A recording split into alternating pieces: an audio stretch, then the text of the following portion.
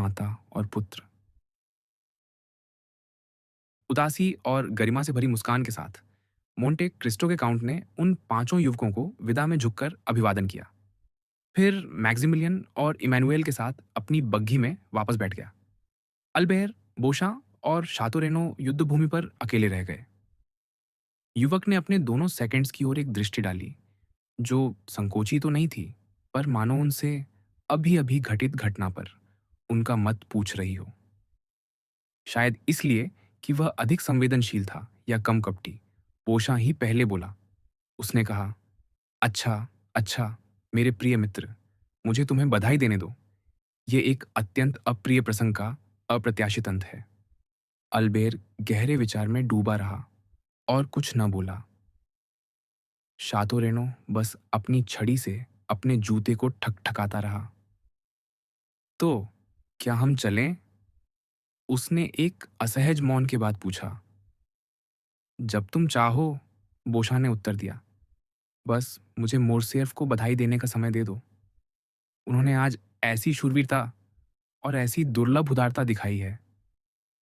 हाँ, शातोरेनो ने कहा।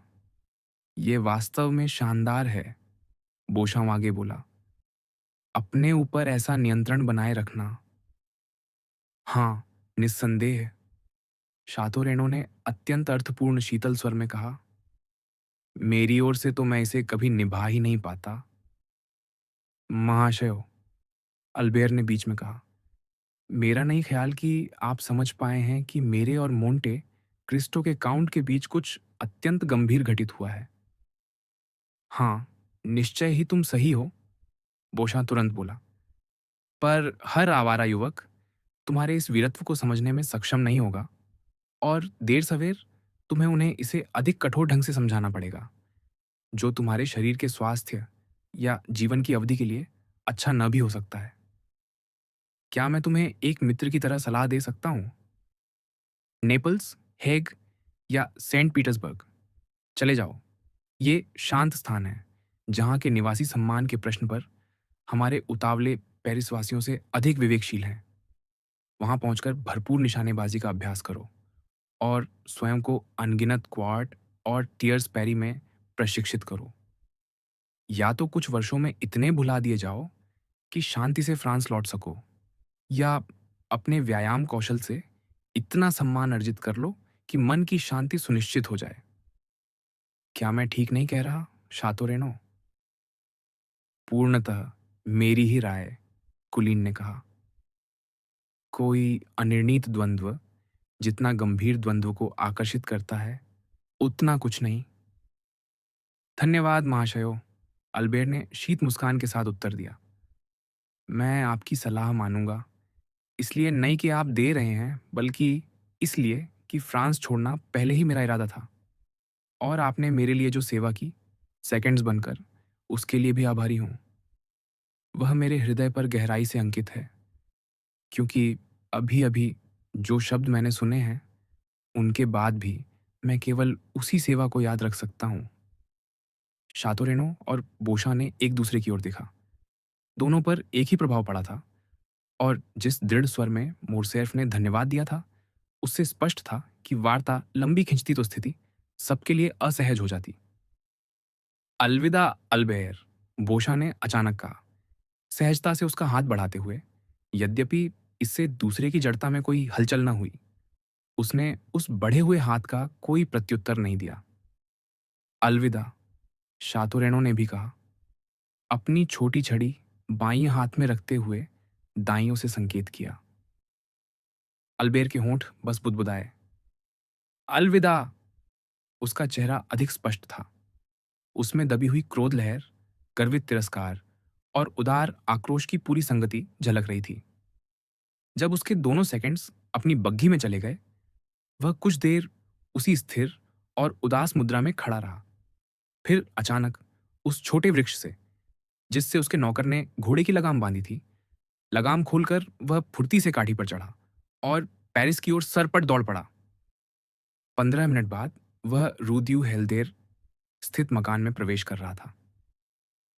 घोड़े से उतरते समय उसे लगा मानो उसने अपने पिता का पीला चेहरा शयनकक्ष के पर्दों के पीछे से झांकते देखा। अल्बेर ने एक आह भरते हुए मुंह फेर लिया और अपने छोटे मंडप में चला गया। अंदर पहुंचकर उसने उस समस्त वैभव पर अंतिम दृष्टि डाली जिसने बचपन से उसका जीवन इतना सुखद और आनंदपूर्ण बनाया था। उसने चित्रों को आखिरी बार देखा, जिनके चेहरे मानो उस पर मुस्कुरा रहे थे और जिनके दृश्य चमकीले रंगों से जीवित प्रतीत होते थे। फिर उसने अपनी माता का चित्र उतारा, कैनवास को ओक की चौखट से अलग किया और उसे लपेट लिया, उस स्वर्ण फ्रेम को खाली और शाम छोड़ते हुए जो उसे घेरे हुए था। इसके बाद उसने अपनी उत्तम तुर्की तलवारें क्रम से रखीं, अपनी उत्तम अंग्रेजी बंदूकें, जापानी चीनी मिट्टी के पात्र, सजावटी थाल और फ्यूशेर्स या बारिये द्वारा हस्ताक्षरित कलात्मक कांस्य मूर्तियां अलमारियों में रखीं और प्रत्येक की चाबी लगा दी। अपनी जेब का सारा खुला धन मेज की दराज में डाल दिया, उसे खुला छोड़ा और उसके बाद वे सभी अलंकारिक आभूषण भी रख दिए जो प्यालों, डिब्बों या शेल्फों पर थे। उसने हर वस्तु की सूक्ष्म सूची बनाई और पुस्तकों, कागजों को हटाकर उसे मेज पर सबसे स्पष्ट स्थान पर रख दिया। वह अब भी यह कार्य आरंभ ही कर रहा था कि अल्बेर के अकेला छोड़े जाने के आदेश के बावजूद उसका नौकर कमरे में आ गया। क्या चाहिए? मोरसेर्फ ने उससे पूछा। स्वर में क्रोध से अधिक विषाद था। क्षमा चाहता हूं, सेवक बोला। मुझे झांत है कि आपने मुझे बाधा न देने को कहा था, पर काउंट मोरसेर्फ ने अभी मुझे बुलाया है। तो अल्बेर ने पूछा, मैं आपके निर्देश लिए बिना काउंट के पास नहीं जाना चाहता था। क्यों? क्योंकि काउंट निश्चय ही जानते होंगे कि मैं आपके साथ मैदान तक गया था। मेरा भी यही अनुमान है, अल्बेर ने कहा। और यदि उन्होंने मुझे बुलाया है, तो संभवतः वहां जो हुआ उसके विषय में पूछने के लिए। मैं क्या कहूं? सत्य। तो मैं कहूं कि भेंट हुई ही नहीं। उन्हें बताओ कि मैंने मोंटे क्रिस्टो के काउंट से क्षमा मांग ली। अब जाओ। सेवक झुककर चला गया। अल्बेर अपनी सूची पर लौट आया। जैसे ही वह उसे पूरा कर रहा था, आंगन में घोड़ों की टाप और बग्घी के पहियों की खड़खड़ाहट से खिड़कियां कांप उठीं। वह खिड़की तक गया और अपने पिता को अपनी बरूश में बैठकर जाते देखा। काउंट के पीछे फाटक बंद होते ही अल्बेर अपनी माता के कक्ष की ओर गया और चूंकि उसे सूचित करने वाला कोई न था, सीधे मर्सिडेस के कमरे में प्रवेश कर गया। वहां जो उसने देखा और जो उसने अनुमान किया, उससे उसका हृदय भर आया और वह दहलीज पर ही ठिठक गया, मानो एक ही आत्मा दो शरीरों में वास करती हो। मर्सिडेस अपने कक्ष में वही कर रही थी जो अल्बेर अपने में कर रहा था। सब कुछ व्यवस्थित कर दिया गया था। लेस, सज्जाएं, आभूषण, वस्त्र, धन, सब सावधानी से दराजों के निचले भाग में रखा जा रहा था, जिनकी चाबियां काउंटेस ध्यान से एकत्र कर रही थीं। अल्बेर ने ये सारी तैयारियां देखी। वह समझ गया उनका अर्थ क्या है और मां पुकारते हुए उसने मर्सिडेस के गले में बाहें डाल दी। जो चित्रकार उन दोनों चेहरों की उस क्षण की अभिव्यक्ति को पकड़ सकता, वह निश्चय ही एक उत्कृष्ट चित्र रचता। सारा भौतिक प्रमाण उस दृढ़ निश्चय का, जिसने स्वयं अल्बेर को चिंतित नहीं किया था, उसे अपनी माता के लिए गहरे व्याकुल कर गया। उसने पूछा, आप क्या कर रही हैं? और तुम क्या कर रहे थे? उसने प्रत्युत्तर दिया। ओह मां! अल्बेर भावावेग से लगभग निर्वाक होकर बोला, आपके लिए यह वैसा नहीं है जैसा मेरे लिए है। नहीं, आप उसी निर्णय पर नहीं पहुंची होंगी जिस पर मैं पहुंचा हूं, क्योंकि मैं यहां आपको यह बताने आया हूं कि मैं आपके घर और आपसे विदा ले रहा हूं। मैं भी अल्बेर, मर्सिडेस ने उत्तर दिया। मैं भी जा रही हूं, पर मैं स्वीकार करती हूं, मैं अपने पुत्र के मेरे साथ चलने पर भरोसा की बैठी थी। क्या मैं गलत थी? मां, अल्बेर ने दृढ़ता से कहा, मैं आपको उस भाग्य में सहभागी नहीं बना सकता जो मैं अपने लिए निर्धारित कर चुका हूं। अब से मुझे बिना नाम और बिना संपत्ति के जीना होगा। इस कठोर जीवन को सीखना आरंभ करने के लिए मुझे एक मित्र से वह रोटी उधार लेनी होगी जो मैं आज से लेकर तब तक खाऊंगा जब तक कुछ कमा ना लूं। इसी कारण मेरी प्रियतम माँ, मैं फ्रांस से मिलने जा रहा था, उससे वह छोटी सी राशि उधार मांगने जिसकी मुझे आवश्यकता होगी। तुम, मेरे गरीब बच्चे, मर्सिडीज पुकार उठी। तुम दरिद्रता सहो, भूख सहो। ओह, ऐसा मत कहो, नहीं तो मेरे सारे संकल्प टूट जाएंगे। पर मेरे नहीं माँ, अल्बेर ने उत्तर दिया। मैं युवा हूँ, मैं शक्तिशाली हूँ और मुझे विश्वास है कि मैं साहसी भी हूँ। कल से मैंने सीख लिया है कि संकल्प शक्ति क्या कर सकती है। हाय माँ, ऐसे लोग भी हैं जिन्होंने बहुत कष्ट सहा पर मरे नहीं। उन्होंने उन सब सुख प्रतिज्ञाओं के खंडहरों पर जो स्वर्ग ने उन्हें दिए थे और उन सब आशाओं के मलबे पर जो ईश्वर ने उन्हें दिए थे, एक नया भाग्य खड़ा कर लिया। मैंने यह जाना है माँ, मैंने ऐसे पुरुषों को देखा है। मैं जानता हूँ कि जिस गर्त में उनके शत्रुओं ने उन्हें धकेला, वहीं से वे ऐसी शक्ति और वैभव के साथ उठे कि अपने पूर्व विजेता को ही पराजित कर नीचे गिरा दिया। नहीं माँ, नहीं, आज से मैंने अतीत से नाता तोड़ लिया है। मैं उससे कुछ भी स्वीकार नहीं करता, अपना नाम तक नहीं। क्योंकि आप समझती हैं ना माँ, आपका पुत्र उस पुरुष का नाम नहीं धारण कर सकता जिसे किसी दूसरे के सामने लज्जित होना चाहिए। अल्बेर, मेरे बच्चे, मर्सिडीज ने कहा, यदि मेरा हृदय अधिक दृढ़ होता तो यही सलाह मैं तुम्हें देती। जब मेरी थकी हुई वाणी मौन हो गई, तब तुम्हारी अंतरात्मा ने कहा, अपनी अंतरात्मा की सुनो मेरे पुत्र, तुम्हारे मित्र थे अल्बेर। अभी के लिए उनसे नाता तोड़ लो, पर मेरी खातिर निराश मत होना। तुम्हारी आयु में जीवन अब भी मधुर है मेरे प्रिय अल्बेर। तुम मुश्किल से 22 वर्ष के हो और चूंकि तुम्हारे जैसे निर्मल हृदय को निष्कलंक नाम चाहिए, तो मेरे पिता का नाम ले लो। उनका नाम हेरेरा था।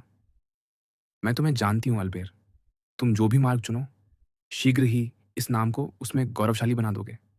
तो मेरे मित्र, संसार में लौटो, अपने पूर्व दुखों से और भी अधिक उज्जवल बनकर।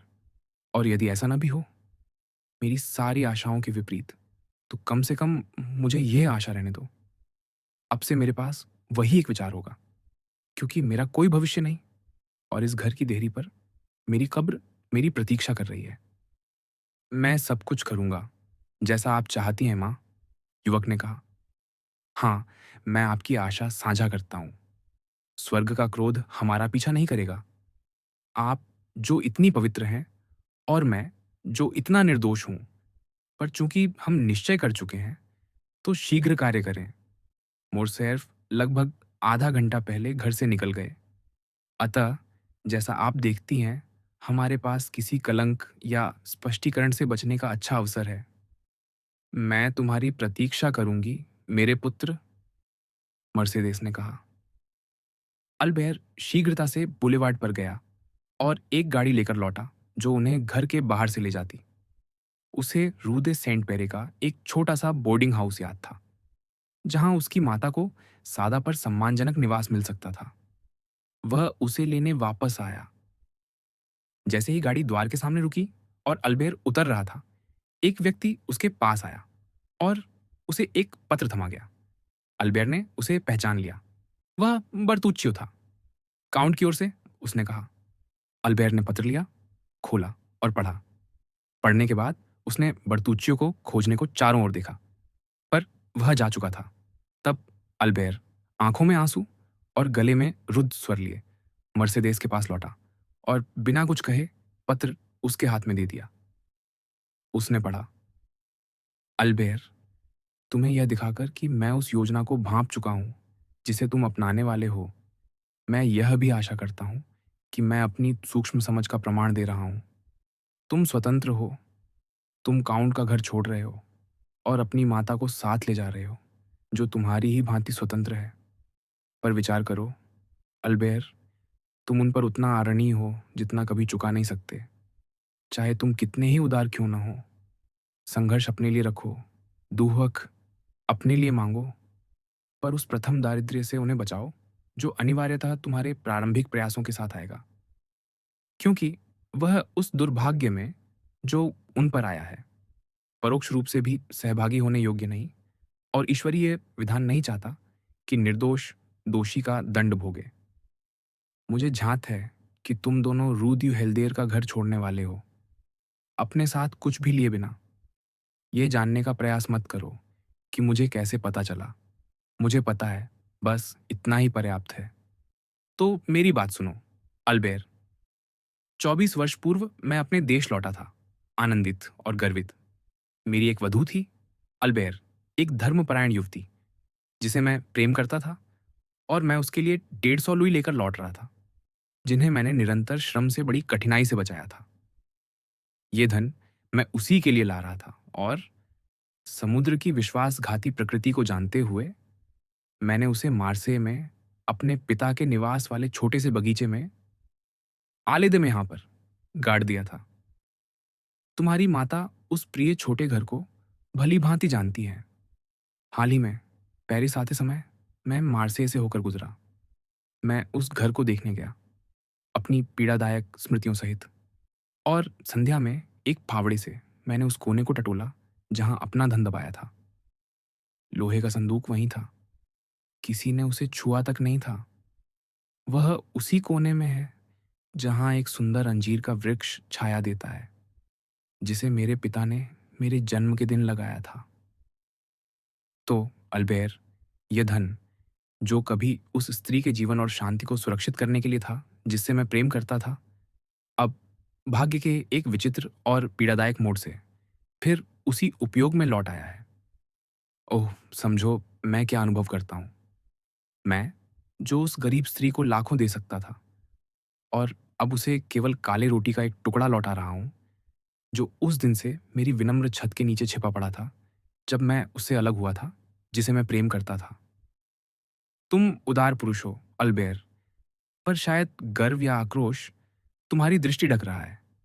यदि तुम मुझे अस्वीकार करते हो, यदि तुम किसी और से वो करने को कहते हो जिसका अधिकार मुझे है, तो मैं कहूंगा कि तुमने अपनी माता को जीवन का प्रस्ताव ठुकराकर क्रूरता की, उस पुरुष से जिसके पिता को तुम्हारे पिता ने भूख, निराशा और मृत्यु की ओर धकेल दिया था।